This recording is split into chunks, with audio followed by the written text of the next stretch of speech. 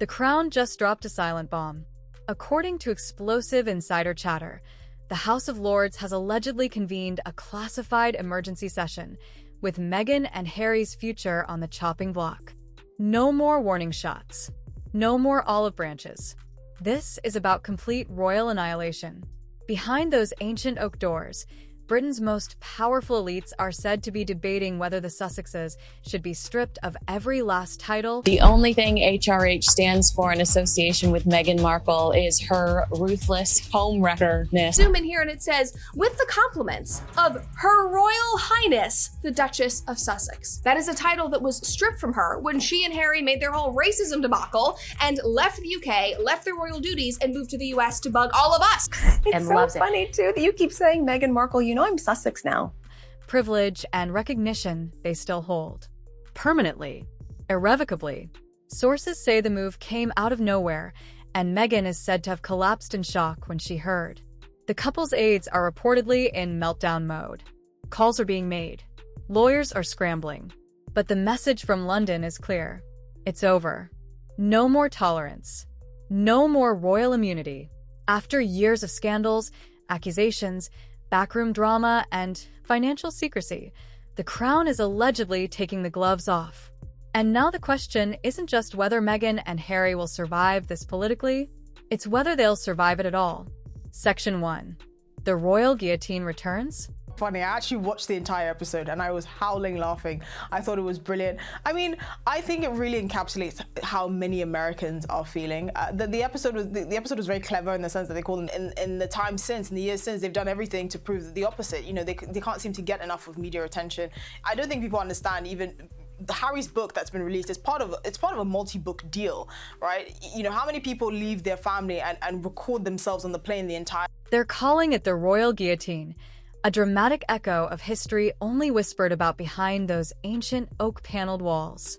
Whitehall insiders claim that the House of Lords has dusted off archaic constitutional tools, and this time, Meghan and Harry are in the crosshairs.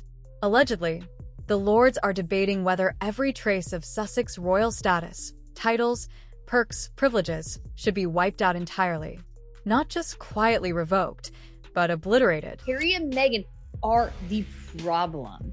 And while we're going to go over all the people that they've hired, just as a great reminder, the couple have hired plenty of professionals before. People at high levels who have worked for Bill Gates, Patagonia, all these sorts of things.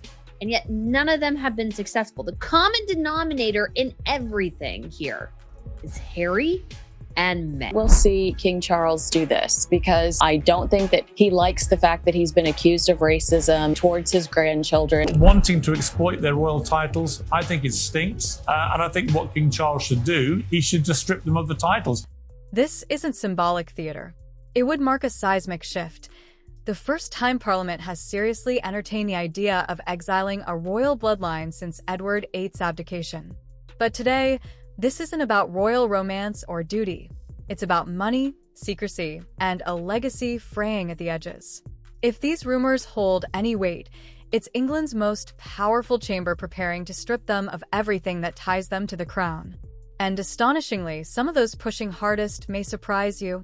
There's a real delight in being able to be a present parent. And it's a luxury sometimes because we all have to work. We all have a lot of stuff to do. But when you can take a minute to just... Saturday morning. Yeah. Hello all. Sorry we're late. Our flight was delayed. It was mint though. Tell them we were in mint. They gave you a mint. How lovely. I have some gum in my purse if you'd like. Oh, we were in mint. It's like their business class. It's really nice. And Meghan, I'm begging you to stop now. This also follows all the stories about her bullying staff over here in the UK, which is unresolved. You know, NDAs stopped all that stuff coming out, but she bullied people in a very unpleasant way over here. Sources say the catalyst for this Lord's spectacle wasn't a scandal, it was spreadsheets.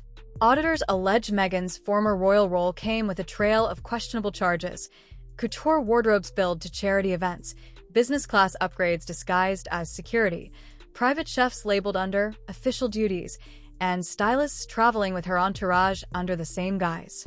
The tipping point came during a taxpayer-funded royal audit, which reportedly flagged inconsistent expense claims and sketchy bookkeeping. I don't know about you, but I grew up with South Park, and nothing in their sights has ever been sacred. And they do have this, in my view, perfectly irreverent way of reading the room. This week they've taken a swipe at Harry and Meghan, and it's gone. We want privacy! We want privacy! All right, thanks for having us on the show. It's so awesome to be here. It's great. So let me start with you, Sam. You've lived a life with the royal family. You've had everything handed to you, but you say your life has been hard, and now you've written all about it. When aides brought it up, Meghan reportedly brushed it off as adherence to outdated protocols. But for peers steeped in tradition, it was more than paperwork. It was a slap in the face to royal integrity. And this isn't settling receipts, it's setting the stage for revenge. King Charles allegedly sat this one out. Royal insiders describe his response as a brutal but silent betrayal. He's reportedly signaled that if the Lords move, he won't intervene. His silence? A lethal endorsement, interpreted by Lords as tacit approval. According to palace sources, Charles is laser-focused on the future, one without the baggage of rogue family members dragging down the institution.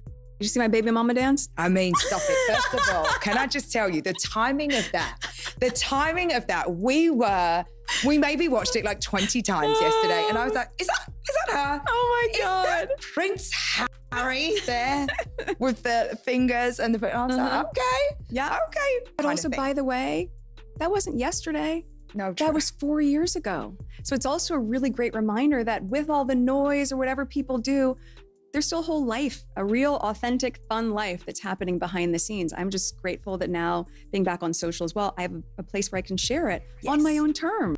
Some insiders claim he's positioned the Lords as his executioners, a buffer against backlash, distancing the throne from the turmoil. With no father's help, Meghan had just one call left, to someone outside the royal labyrinth. Rumor has it Meghan turned to a familiar ally, Tyler Perry, the man who once opened his Beverly Hills home to the couple during their transatlantic pivot. But this wasn't a friendly catch-up. Sources insist Meghan was begging for resources, a new safe haven, financial cover, a clean slate away from royal chaos. Perry, now entangled in his own controversies, reportedly told her, "I've hit my limit." Meghan's team responded, some say, with veiled reminders, subtle threats about damaging revelations Perry might prefer to keep buried. But this desperation wasn't limited to friendships. It seeped into the legal arena.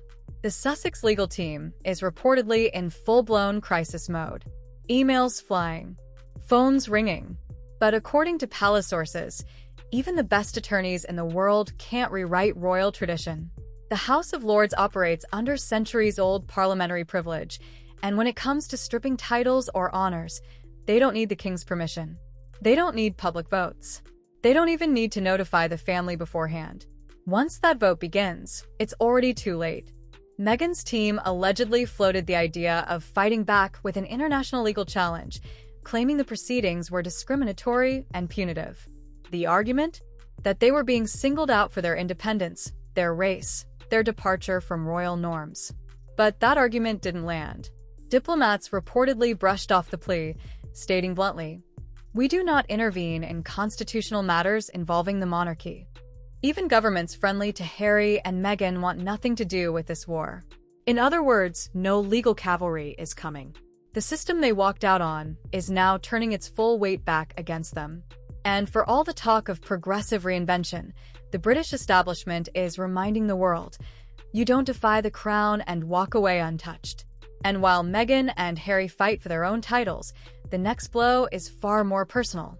No child asks to be born into royalty. But in the brutal world of peerage, that doesn't matter. According to explosive leaks, some senior lords are now calling for the immediate revocation of Prince and Princess titles from Archie and Lilibet. Why? Because the Sussexes don't live in the United Kingdom. They don't perform duties. And their children, born and raised in America, have zero functional ties to the monarchy. To royal hardliners, this is treason by geography. Some are even calling it title laundering, using inherited status as a branding tool while building a multi-million-dollar empire in the US. Without any of the obligations. Without any of the service. Just the perks. And now that the palace is under fire for ongoing scandals involving taxpayer funds and royal image, the Sussex children have become part of the conversation. Some insiders claim palace aides were horrified when they found the children's titles being used in book deals, entertainment contracts, and promotional press releases. It wasn't just embarrassing. It was unprecedented. One anonymous courtier reportedly asked, "If they don't represent the monarchy, why do they get to keep the monogram?" And now, with the Lords allegedly preparing to debate the removal of titles from Meghan and Harry, Archie and Lilibet may be next in line for a quiet but devastating royal deletion. But the backlash brewing outside Parliament is even more explosive. The Sussexes may have underestimated just how many institutions they've made enemies of. According to multiple high-level leaks, several UK watchdog organizations, including ethics advisory boards and parliamentary transparency groups, have allegedly launched independent investigations into what's being called the weaponization of royal lineage for personal enrichment. What's under the microscope? Practically everything. Netflix deals tied to their royal image. Spotify contracts framed around their unique royal experience. Brand endorsements that subtly lean on their Duke and Duchess titles, even years after leaving royal duties behind. These watchdogs aren't interested in popularity or press. They're after patterns of exploitation. And according to one source close to a financial oversight committee, they didn't just leave the royal family, they turned it into a franchise. And that's where the line was crossed. Another insider was even more blunt. They sold their status. That's what they're being punished for. For a monarchy built on ritual, honor, and unspoken rules, the idea of turning centuries of inherited prestige into a global media brand is nothing short of heresy. If these investigations gain traction, it may not just lead to fines or revocations. We're talking about a full-scale financial quarantine, where UK institutions quietly sever all links, protections, and privileges tied to their lineage. And just as that storm began brewing, the palace dropped the ultimate humiliation. It started with silence. No replies. No confirmations. Just absence. Then came the reality. According to palace insiders, Meghan and Harry have been blacklisted from every major royal event over the next 2 years. No trooping the color. No Christmas walk. No royal weddings. Not even the private Balmoral summer retreat. Nothing. The most cutting detail? They allegedly didn't even know. When a staff member reached out to confirm attendance for an upcoming royal occasion, they were reportedly told, "They are no longer on the list." No apology. No explanation. Just a brutal administrative erasure, like being unsubscribed from the crown. It's the monarchy's version of "you can't sit with us," and it hit harder than any public statement ever could. This isn't exile. It's strategic isolation. And for a couple that once claimed they wanted out, but have since monetized every royal connection in their orbit, the message couldn't be louder. You're not invited. You're not welcome. You're not relevant. Even longtime palace staff, accustomed to icy politics, were reportedly stunned. One insider said, "I've never seen anything like it. The bridge wasn't just burned, it was nuked." But the final blow wasn't social, it was historical. In a monarchy where silence is golden and perception is everything, this level of public distancing is not just rare, it's unprecedented. Palace advisors are allegedly in overdrive, executing a meticulous PR cleanup strategy aimed at cutting off all non-essential associations that could expose the crown to further reputational risk. Tyler Perry's removal was only the first domino. Insiders claim the palace is now evaluating every single modern tie brought in during Meghan and Harry's breakaway period, with a renewed focus on visibility, influence, and risk. Even soft alliances, podcast partners, charity collaborators, and private event attendees are said to be under the microscope.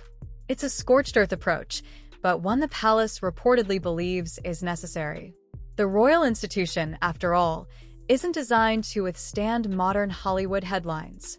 It's built on ceremony, centuries of image control, and near-mythical detachment from scandal. By swiftly removing Perry's name from anything tied to royal record, the palace hopes to do what it always does best: Isolate the problem, eliminate the threat, and reset the narrative before the public fully turns. But the strategy hasn't come without casualties. And no one feels the blow more than Meghan herself, who now finds her judgment, her associations, and even her maternal decisions questioned by the institution she once tried to reform.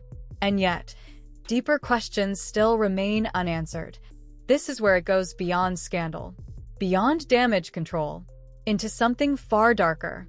According to shocking leaks from Parliament corridors, senior lords are allegedly preparing a motion so severe, so irreversible, it has palace historians shaken. A formal vote to delete Meghan and Harry from royal archives.